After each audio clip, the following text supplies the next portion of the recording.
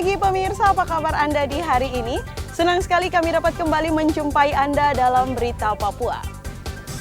Bersama saya, Cynthia Delima.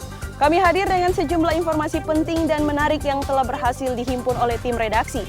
Dan berikut akan kami hadirkan 3 berita utama kami hari ini.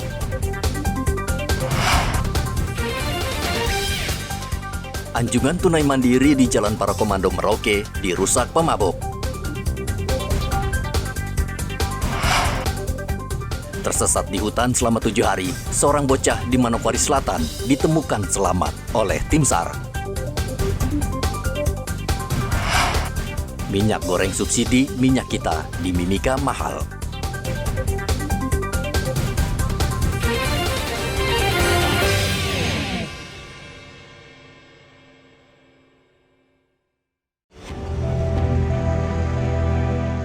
Anjungan tunai mandiri milik Bank Mandiri di Jalan Para Komando Merauke rusak.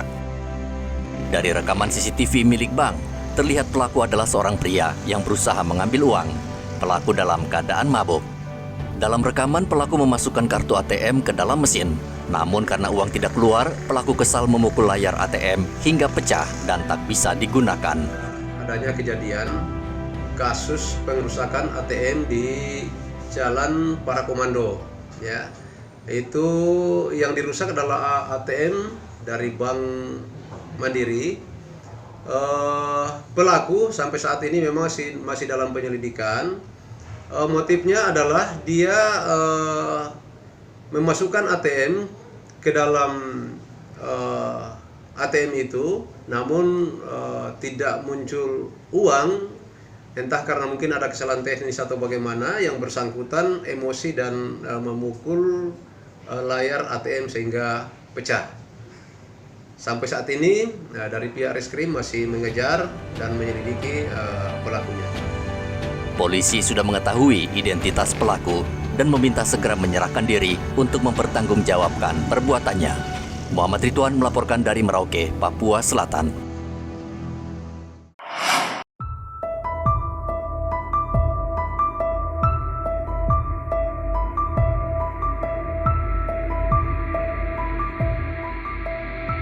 Seorang anak berumur 8 tahun bernama Habel hilang di hutan Gunung Siwi, distrik Momiwaren, Kabupaten Manokwari Selatan, Provinsi Papua Barat, saat hendak mencari telur ayam hutan. Sebelumnya, Habel bersama kakaknya mencari telur ayam hutan pada 3 Januari 2024 lalu.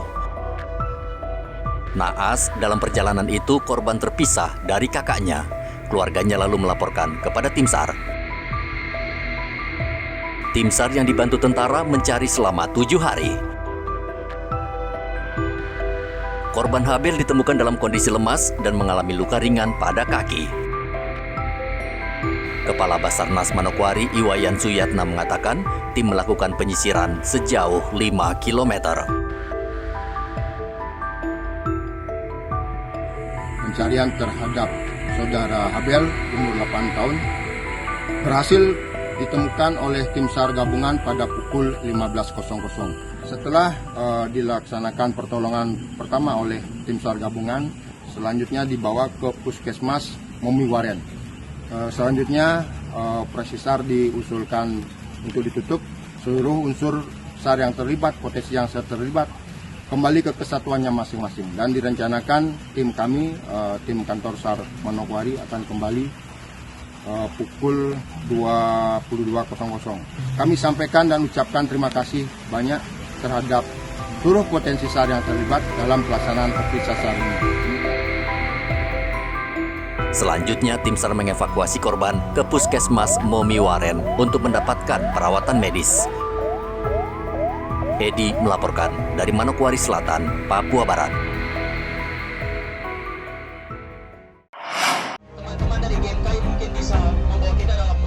Ratusan mahasiswa dan warga berkumpul di lapangan Kapsul, Merauke.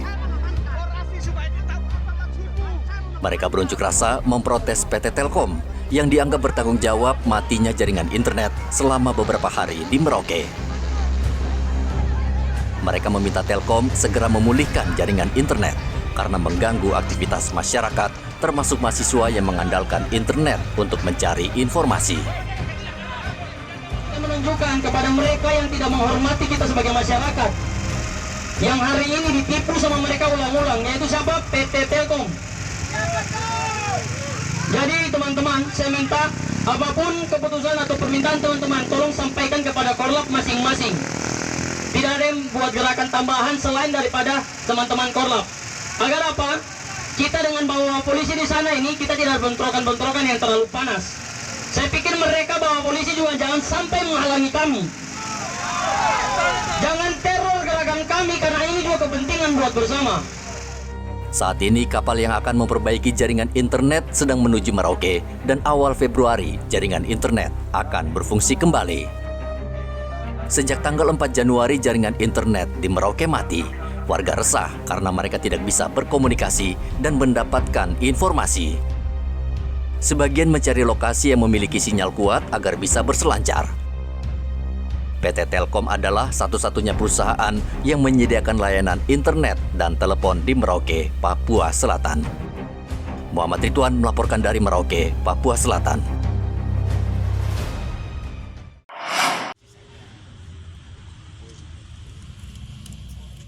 Satuan Polisi Pamong Praja Kota Jayapura memusnahkan 180 botol minuman keras hasil razia gabungan saat Natal dan Tahun Baru.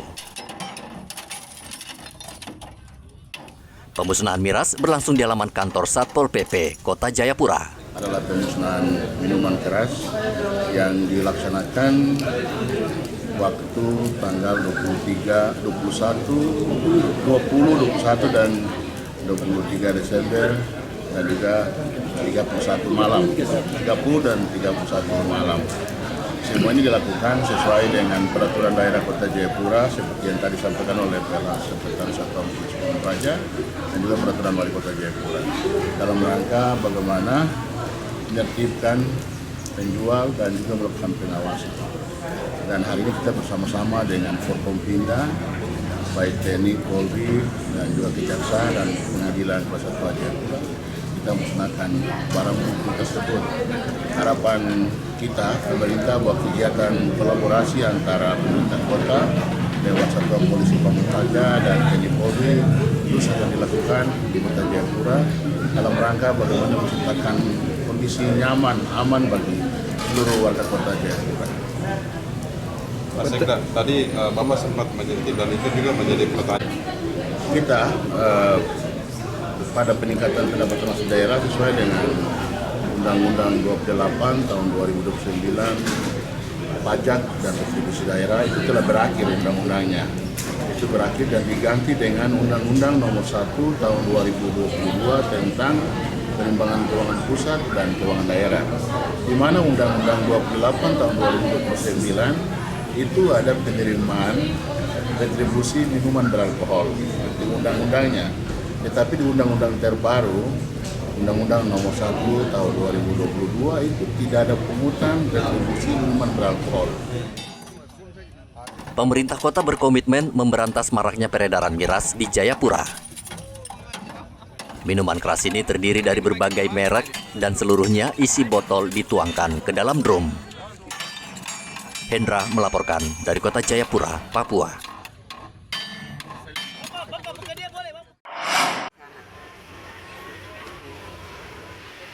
Harga minyak goreng subsidi minyak kita di Mimika, Papua Tengah mulai melonjak.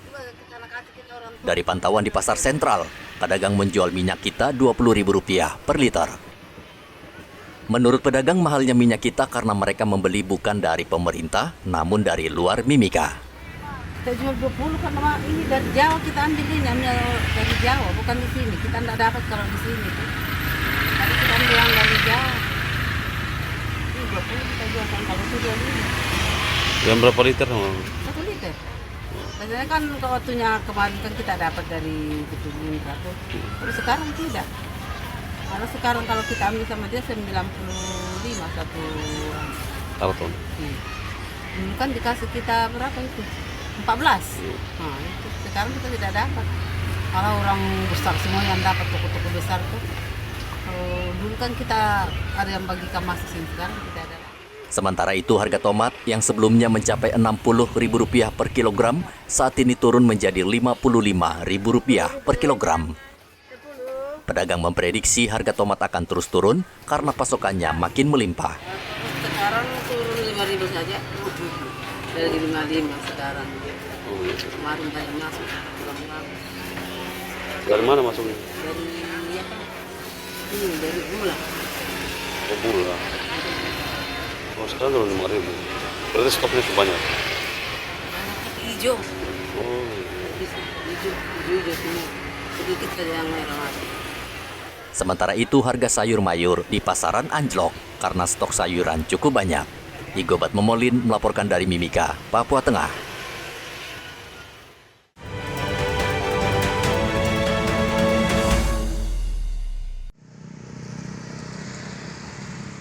Polres Merauke meminta masyarakat agar menjaga Kamtipmas menjelang pemilu yang akan berlangsung bulan depan. Kapolres Merauke AKBP Iketut Suwarnaya meminta masyarakat menjaga suasana harmonis yang selama ini terbina di Merauke. Namun ia tidak segan-segan akan menindak tegas pelaku yang berbuat kriminal. Ini menjelang pemilu, otomatis saya yakin Pak Kapolres sebelumnya sudah mempersiapkan berbagai rencana-rencana pengamanan, strategi pengamanan yang sudah dilakukan. Sekarang ada tahap kampanye kan, saat ini masih berlangsung. Puji Tuhan, alhamdulillah sampai saat ini tidak terdengar situasi yang bergejolak lah di Merauke yang kami ketahui secara sekilas, kami ikuti. Hal yang sudah baik ini ya kami upayakan untuk tetap kita lanjutkan apa yang menjadi strategi Pak Kapolres sebelumnya. Polisi juga meminta warga agar melaporkan jika melihat orang mencurigakan. Muhammad Ridwan melaporkan dari Merauke, Papua Selatan.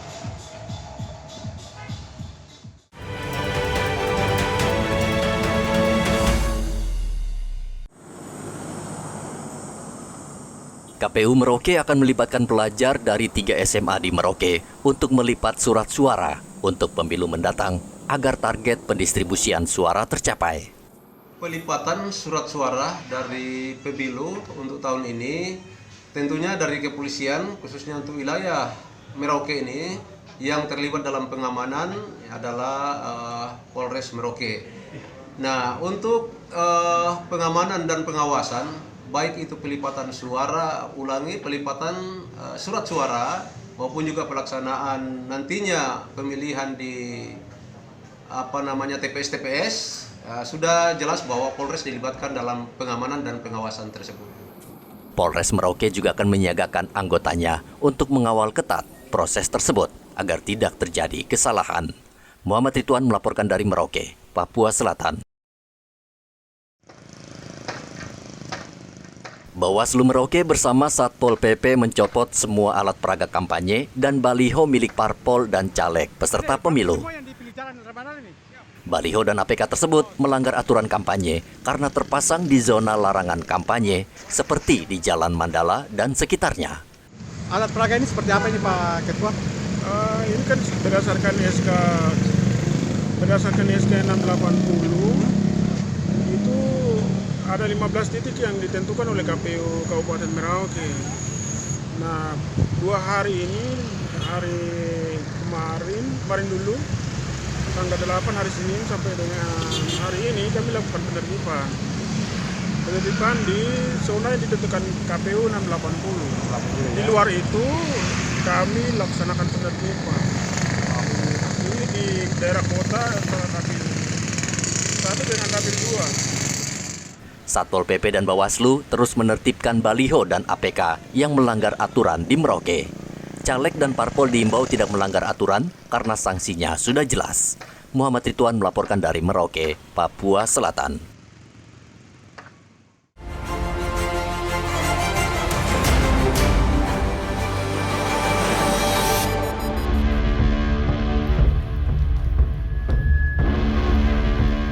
Yumi Leswandik menyerahkan diri ke Polres Mimika setelah 3 hari bersembunyi.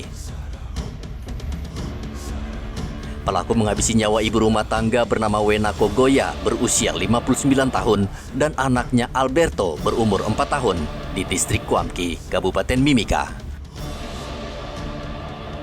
Polisi mengungkap motif pembunuhan karena salah paham. Yumi Les yang sedang emosi nekat membunuh Wena dengan parang.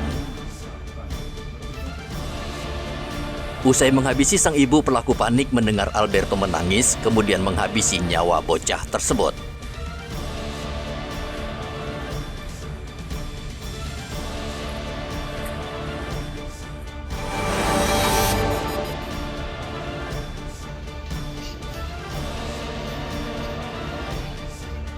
Pembakar beruntun di kota Jayapura diringkus polisi. Polisi menangkap Roy Nusi di Abepura.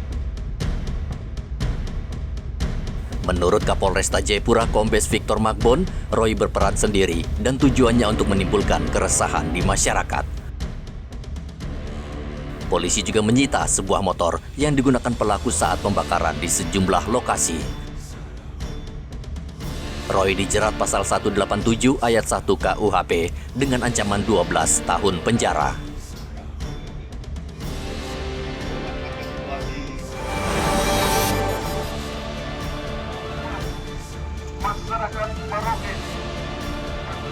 Jaringan internet putus meresahkan para jurnalis. Mereka berunjuk rasa ke PT Telkom. Kumpulan jurnalis membawa karangan bunga kemudian menaruhnya di pintu masuk dan teras kantor Telkom di Jalan Postel Merauke. Mereka mendesak PT Telkom segera pulihkan jaringan internet. PT Telkom berjanji jaringan internet pulih pada 6 Februari. Pedih hati masyarakat Merauke karena kejadian ini sudah terjadi secara berulang.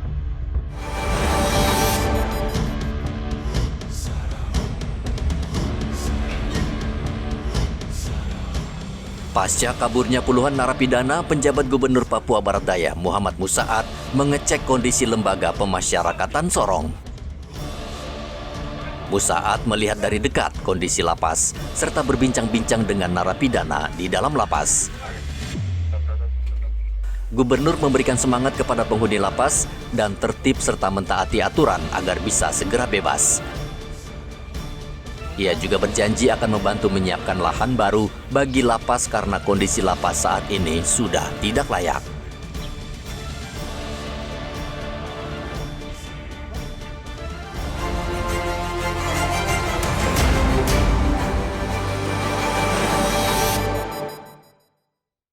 Pemirsa, berita yang baru saja Anda saksikan sekaligus menjadi penutup jumpa kita dalam Berita Papua hari ini. Bersama kru yang bertugas, saya Cynthia Delima mengucapkan terima kasih atas perhatian Anda.